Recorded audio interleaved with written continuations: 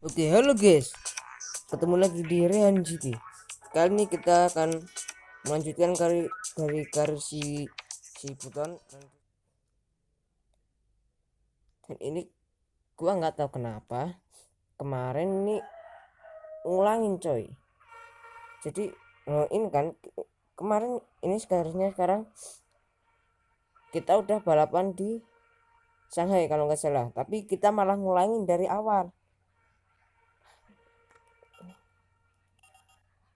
Dan ini untuk klasmen kita kemarin malah gagal finish. Kita kemarin di nomor 14 kayak kita kemarin finish nomor 14 dan sayang banget kita nggak bisa podium coy.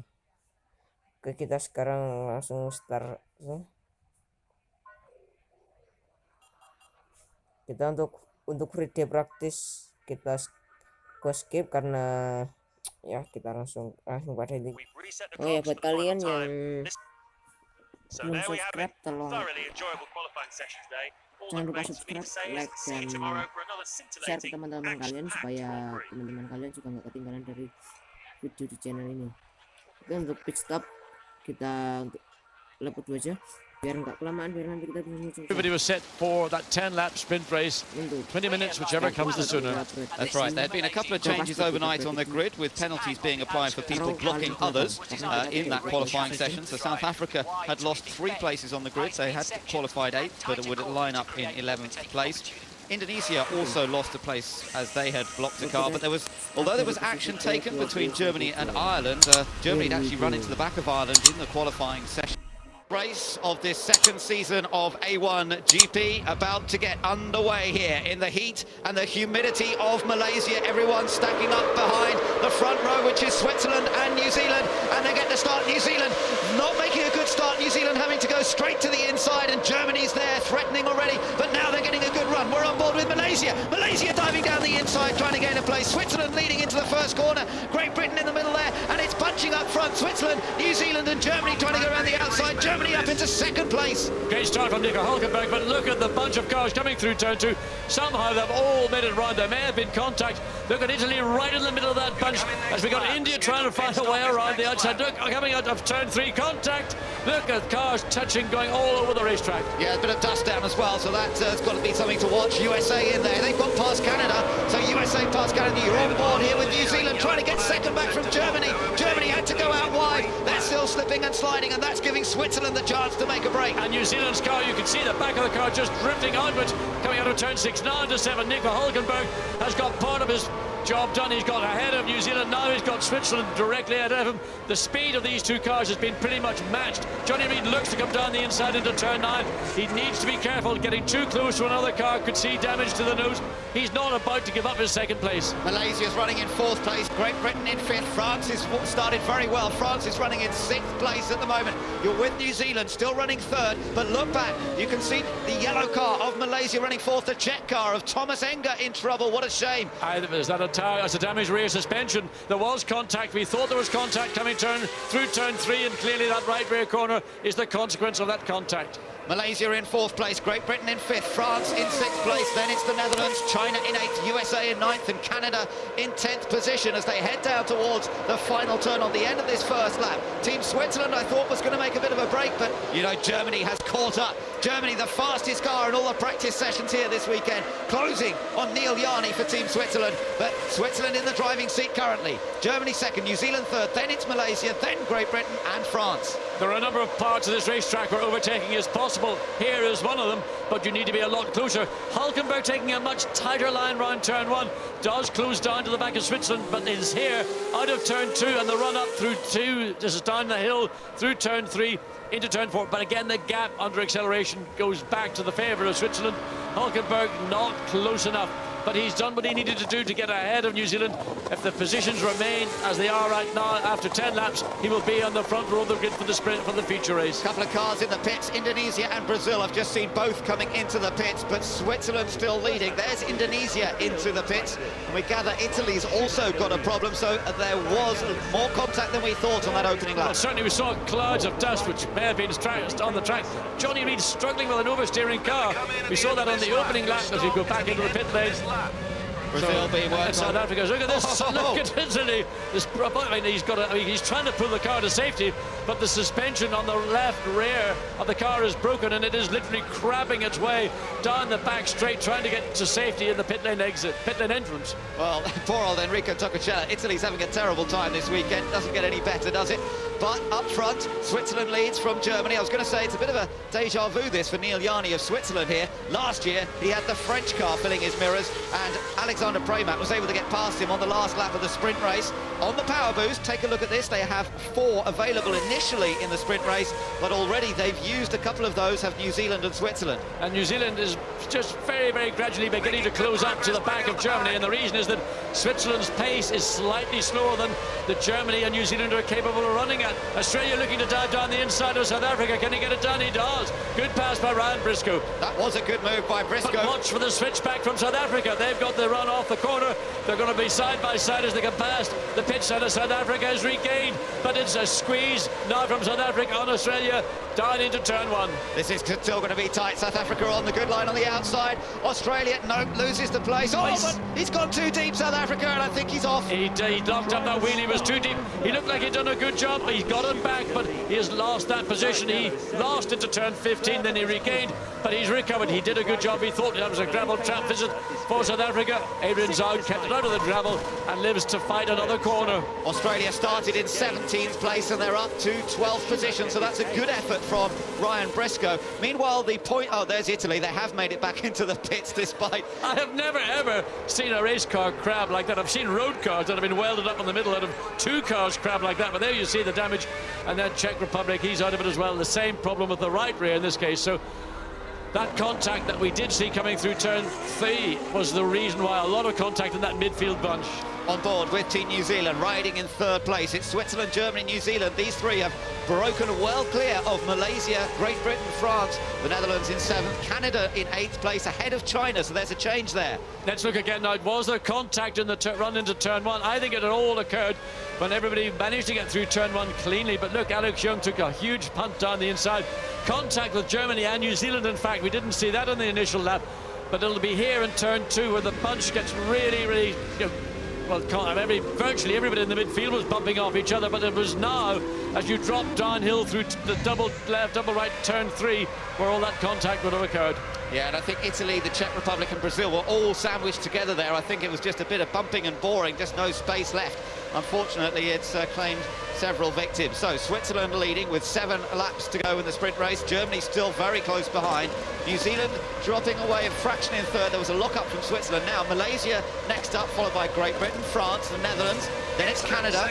China's dropped back another place there, John. They've lost out to USA and now under pressure from Mexico as well.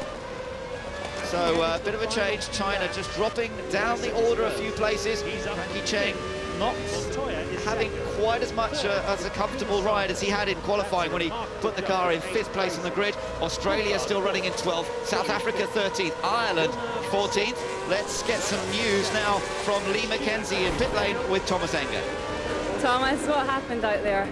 Well, we were going to turn 4 and I was, I think, like maybe 5 cars side by side. I was one of them, and that's always happens something when you are starting from the back of the grid. So unfortunately we were hit by one of the car, and I think the Italy had the same problem. So we need to repair the car properly and get ready for the future race, which is very important for us. And I believe we can still finish in top 10 if we are lucky and if we are fast. Is there much damage to your car? I don't think so. It's only a right rear corner and the rear wing. Hopefully it's nothing serious. Gearbox is fine, so let's put it together and rock and roll again. Thomas, thank you. Looking at Team Netherlands now, he's running in 7th place. Canada still close in behind, driven by Sean McIntosh this weekend, or in fact, just looking at that, yeah, still there, tucked in behind him. USA not far behind them then in 9th place, with 10th place being held by China. But remember, in this sprint race, only the top 6 score points. They will start the feature race wherever they finish this one. Oh, Ireland just sliding a bit on the brakes. India and Singapore having a great battle here. The youngster Armin Abraham up against Christian Murchison. Well, we're going to see a lot of close proximity racing. We're not necessarily seeing a lot of overtaking. The difficulty is that there's 3 clear spots on the racetrack where you can do those overtaking manoeuvres. Around the rest of the racetrack, it's a flowing racetrack, as we're saying here. Looking down for this camera shot. Switzerland still leading from Germany, and the question is, will Germany really take the big gamble and go for victory in the sprint race when a front row start here for the feature race would still be very useful? The benefit of getting a race victory here is that you get the position on the grid. You get to start on the left-hand side of the grid rather than on the right-hand side, and of course it's a standing start. So that's the incentive to get ahead, apart from winning a race. Bodywork damage to Germany. Now, we mentioned there was contact in turn 1 with the New Zealand car. Germany and New Zealand getting together once again, and you see part of the aerodynamic, as you see in Switzerland, one of those flaps is worked loose on Germany's car. Let's get down to the pit. Simon Hill is with Ananda Mikula of Indonesia. Ananda, very disappointing. What happened? I tried to overtake the Singapore car, and then I just overtake him, and then the car in front of me, Italy, just closed the door. But I think also he not look at the mirror, so that's it. That's like the normal incident. But it's really shame because the car is going good. Yeah, have a better race next time, Ananda. On board with Team Malaysia here, and Great Britain is not far behind. Robbie Kerr getting closer to the back of Alex Young. Yes, he is. He's begun to get into that groove, and he's closing down. And Robbie Kerr is remorseless when he has an opportunity to make a pass. He was one of the best of the overtakers. Sean McIntosh. Yes, down the inside of Netherlands. Can he get it done? Because Netherlands is going to try and go around the outside, and he's done it. So he's regained the advantage. Good move by McIntosh, but he couldn't get the momentum back up again now into the aerodynamic slipstream. Lastly, he clipped his nose by running too close to a car he was trying to pass. Go around the outside this time, McIntosh.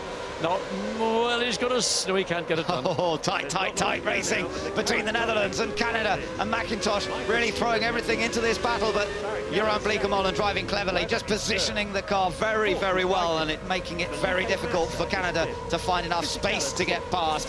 Frustration building up perhaps for Team Canada, but he can't let it get to him. Here's a chance perhaps into turn 4. It is a potential overtaking opportunity, but you've got to be totally alongside. Yeah, before you get on the brakes, you've got to be alongside, because the car that you're trying to pass, it'll pull across the front of you. So in that particular corner, it is a necessity to be side by side.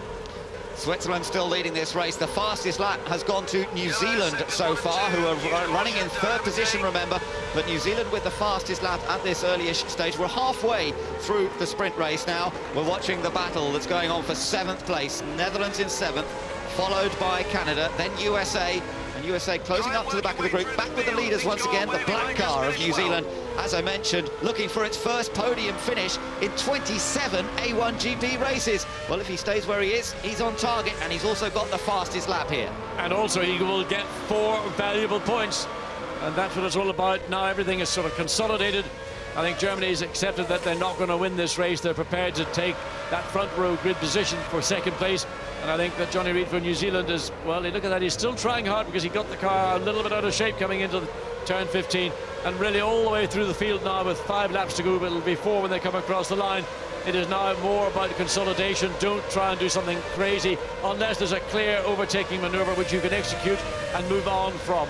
Yeah, it's probably not worth taking the big gamble at this stage. You want to be well on the grid for the feature race, which pays more points. You get 10 points for the win in the feature race as opposed to 6 points for the win here in the sprint race. Riding on board with Australia, Ryan Briscoe's already made progress in this race. He's currently running in 12th, but he's up behind the leading nation of A1GP. That's Mexico. Not likely to score in this race, that's for sure, and still looking to try and move their position to improve on their grid position for the feature race. But with Germany running 2nd, Germany are going to go to the head of the points table. If everything stays as it is right now, Germany will reclaim the top spot.